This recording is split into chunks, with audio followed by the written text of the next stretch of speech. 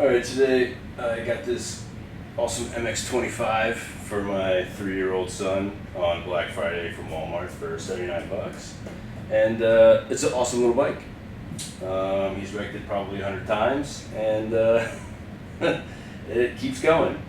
However, he's gotten to a place where it is a little underpowered. I've modified a bunch of razors up to an MX650 with 2,000 watt motor, 48 volt.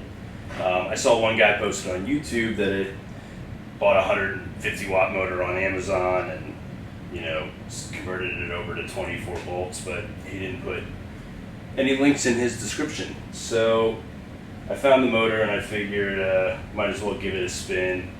Seems like a pretty straightforward install, and I wanted to, if it works, I have my doubts because we're not changing the ESC or anything to accommodate for the 24 volts, but I figured it was a cheap enough upgrade that I'd give it a spin and then I'd share my videos so other people could do it, as this is a new and I'm sure very, very popular model. It's definitely a lot better than, I don't know if you guys have seen this guy, but my daughter learned how to ride on this thing, and I think it's like 240 watt or something crazy at 24 volts, and I don't know who they made that thing for. They actually stopped making it, but anyways, I'm going to go ahead and jump right in. Alright, so to do this install, you're definitely going to need a few things. I guess the most daunting of all the things that you're going to need to upgrade is you're going to have to make a wiring harness to convert the thing from 12 volts to 24 volts. You're going to have to run it in series. So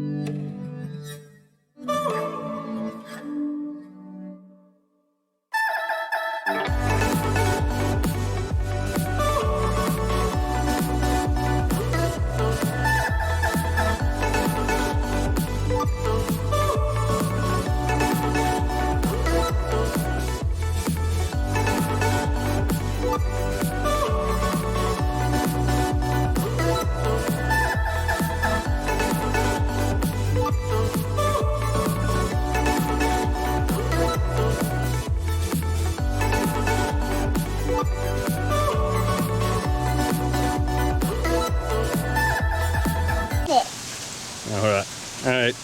Razor, 24 volt, 150 watt motor, first test.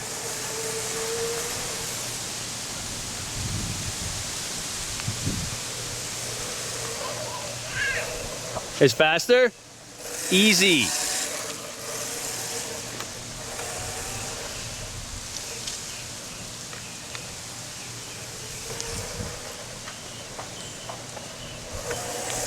Put your feet up.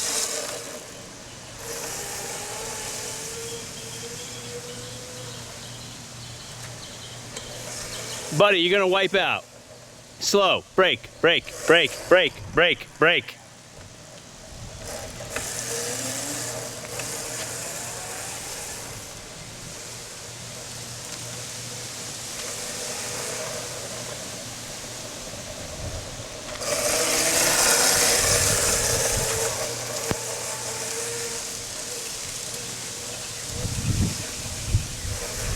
Head up, head up.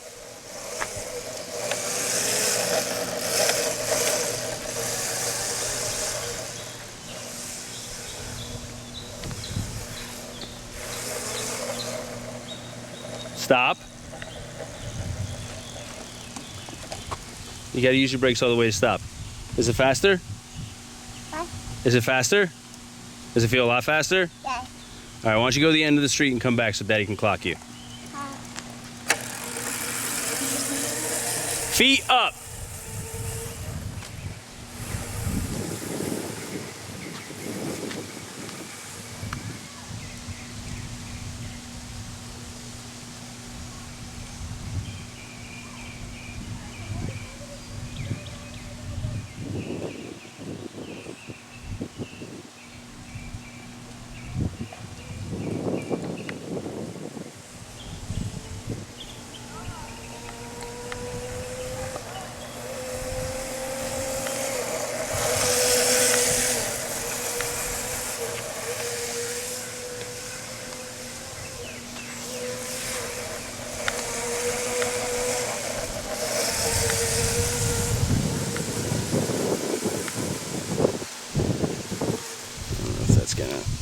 You can see that there. It bleeped out on 20. Come on, buddy. Full bore.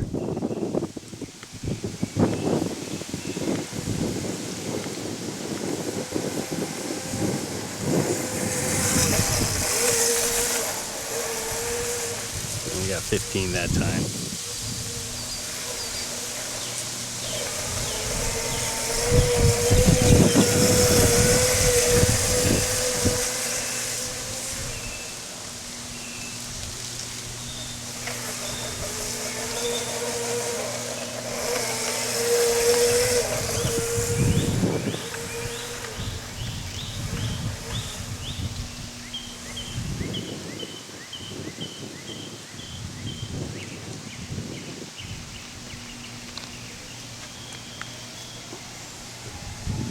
Eyes straight, full speed.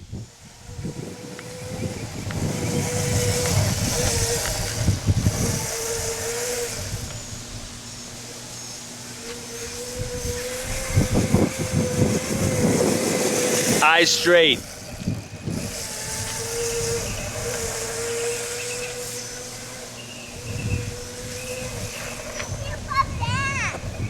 It's super fast? Yes.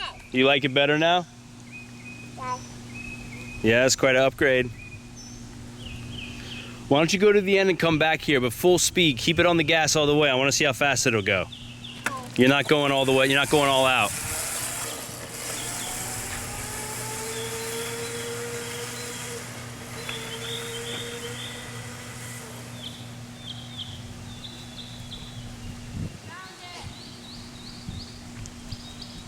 All right, come on. Straight line, full speed.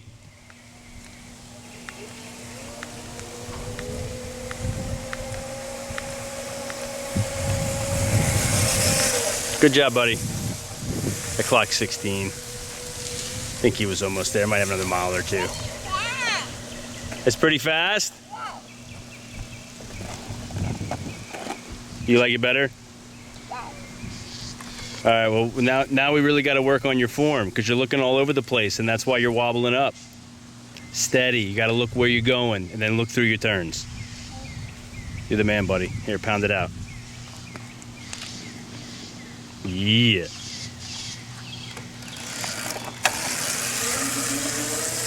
Alright, so I finished the 24 volt, 150 watt upgrade for the Razer MX125. And like most of these DIY projects, it did not go as smooth sailing as I had originally intended.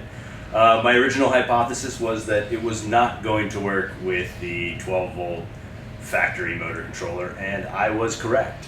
The good news is that you can pick up a generic controller for the Razer MX350, and it's pretty much plug and play.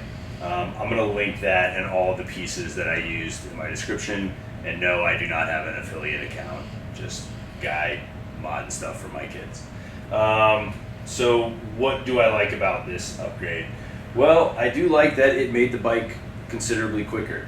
I don't know if it's night and day faster, but the fastest that I stable clocked my son going on this was 17 miles per hour, which is pretty fast, and he should be able to keep up with me and my daughter on our neighborhood rides now, so that was fun.